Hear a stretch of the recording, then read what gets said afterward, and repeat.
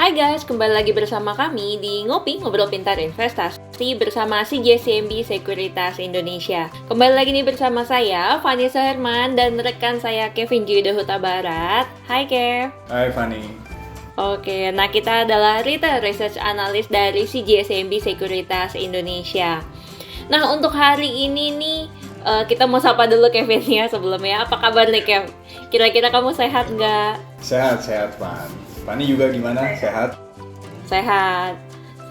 Pastinya moga-moga dengan kasusnya makin turun, ekonomi makin dibuka, tapi kita juga tetap masih harus jaga kesehatan ya. Iya. Nah, teman-teman, hari ini kita mau belajar sesuatu yang menarik nih. Karena kenapa? Kalau kita lihat semakin mendekati tapering gitu ya, pastinya kita akan menemui saham-saham yang tadinya teman-teman lihat uptrend.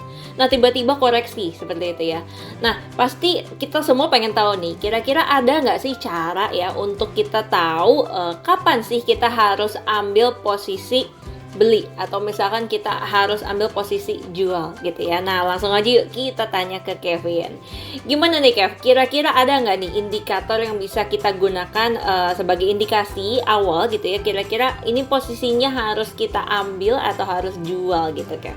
Oke, Van. Nah, memang kalau kita lihat ada beberapa macam indikator ya, selain juga yang kemarin kita bahas sebelumnya. Namun untuk saat ini kita akan belajar untuk menggunakan indikator Fibonacci retracement seperti itu, Van.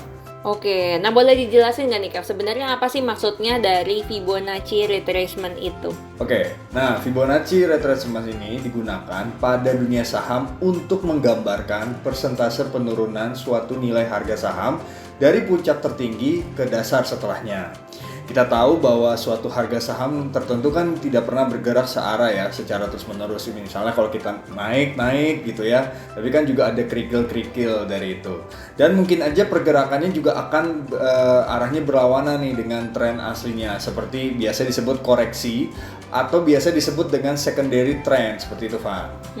Oke. Jadi emang nggak mungkin naik terus ya, sama kayak perjalanan kehidupan ya Kev ya, ada naiknya ada turunnya ya. Ya, benar. Nah, kalau misalkan nih Kev, dari uptrend bisa tiba-tiba koreksi gitu ya, supaya jadi kelihatannya downtrend gitu ya.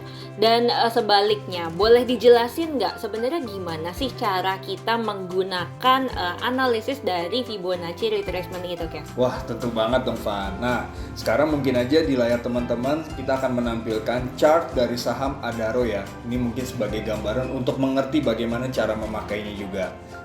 Halo guys. Nah, di layar teman-teman kita akan membicarakan tentang pemakaian Fibonacci ya, retracement, dan ini ada satu contoh yaitu saham Adaro atau Adro ya bahasa kode sahamnya. Nah, kalau kita perhatikan untuk Fibonacci sendiri teman-teman bisa ngeklik di kiri terus masuk ke Fibonacci yang retracement yang ini ya. Nanti tampilannya seperti ini. Nanti teman-teman bisa tarik dari sini ke atas ya. Nah, ini untuk mempermudahkan dan mempersingkatnya saya udah menggaris dengan support yang di bawah sampai dengan ke atas. Nah, di sini kalau kita perhatikan ada beberapa kode ya atau angka dari 0, 0236, 0382, 05 sampai dengan 1. Nah, ini indikasinya adalah hitung-hitungan dari statistik dalam arti Fibonacci tersendiri gitu ya. Jadi kalau kita perhatikan untuk pergerakan Adaro di mana dari tanggal 20 September ini melanjutkan penguatan.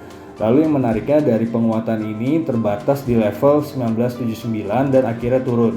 Nah, bagaimana kedepannya? Biasanya ada 3 garis Fibonacci yang menurut kita itu biasa dipakai oleh para trader, di mana 0,382, 0,5 dan juga 0,618 ya. Jadi 0,382, 0,5 dan 0,618 ini menjadi salah satu garis yang berpotensi ketika terjadinya penguatan ataupun penurunan ini menjadi level resisten maupun support.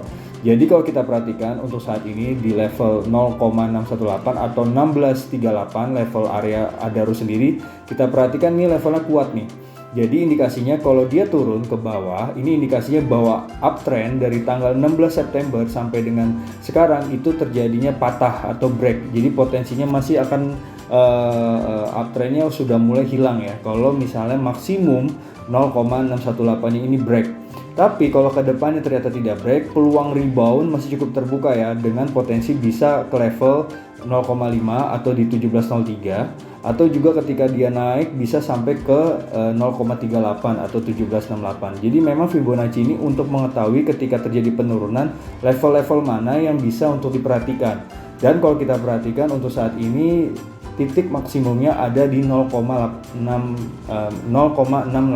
ya.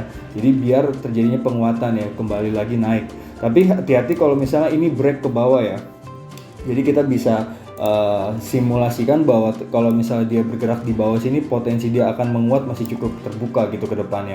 Tapi hati-hati kalau 0,168 atau 0,618 maksud saya ini ngebreak, ini potensi yang uptrendnya terjadi pembalikan arah gitu untuk saat ini. Mungkin itu yang bisa saya sampaikan dari saham Adaro. Nah, jadi kalau saya boleh rangkum sedikit nih untuk pemakaian Fibonacci itu seperti apa ya. Jadi kalau misalkan teman-teman melihat pergerakan saham gitu ya yang diprediksi akan melanjutkan trennya yang sebelumnya. Nah, misalkan lagi uptrend terus tiba-tiba terkoreksi. Nah, tapi terkoreksinya itu masih di level-level tuh sekitar 0,38, kemudian 0,5 atau yang paling jauh ke 0,61 gitu ya. Nah, kalau koreksinya masih maksimal di 0,61 ini, nah berarti justru itu adalah kesempatan ibaratnya untuk kita mulai beli lagi, untuk mulai collect balik gitu ya. Karena ibaratnya berarti dia akan mau siap-siap rebound lagi gitu ya, atau membal lagi nih harganya. Gitu ya, Kev? Ya, benar banget, Van. Jadi memang koreksi potensi akan terhenti kalau kuat di level 0,61 ya, yang mengindikasikan uptrendnya masih akan berlanjut seperti itu, Van. Nah, itu dia nih tadi tips ya dari kita, dari Kevin, terutama yang udah menjelaskan nih ke teman-teman semua. Semoga tips kali ini bisa bermanfaat ya. Dan jangan lupa untuk kalian like, komen, dan subscribe YouTube channel kami di CGS-CIMB Sekuritas Indonesia. Sampai jumpa di Ngopi, Ngobrol Pintar Investasi bersama CGS-CIMB Sekuritas Indonesia selanjutnya. Semangat investasi! Semangat investasi!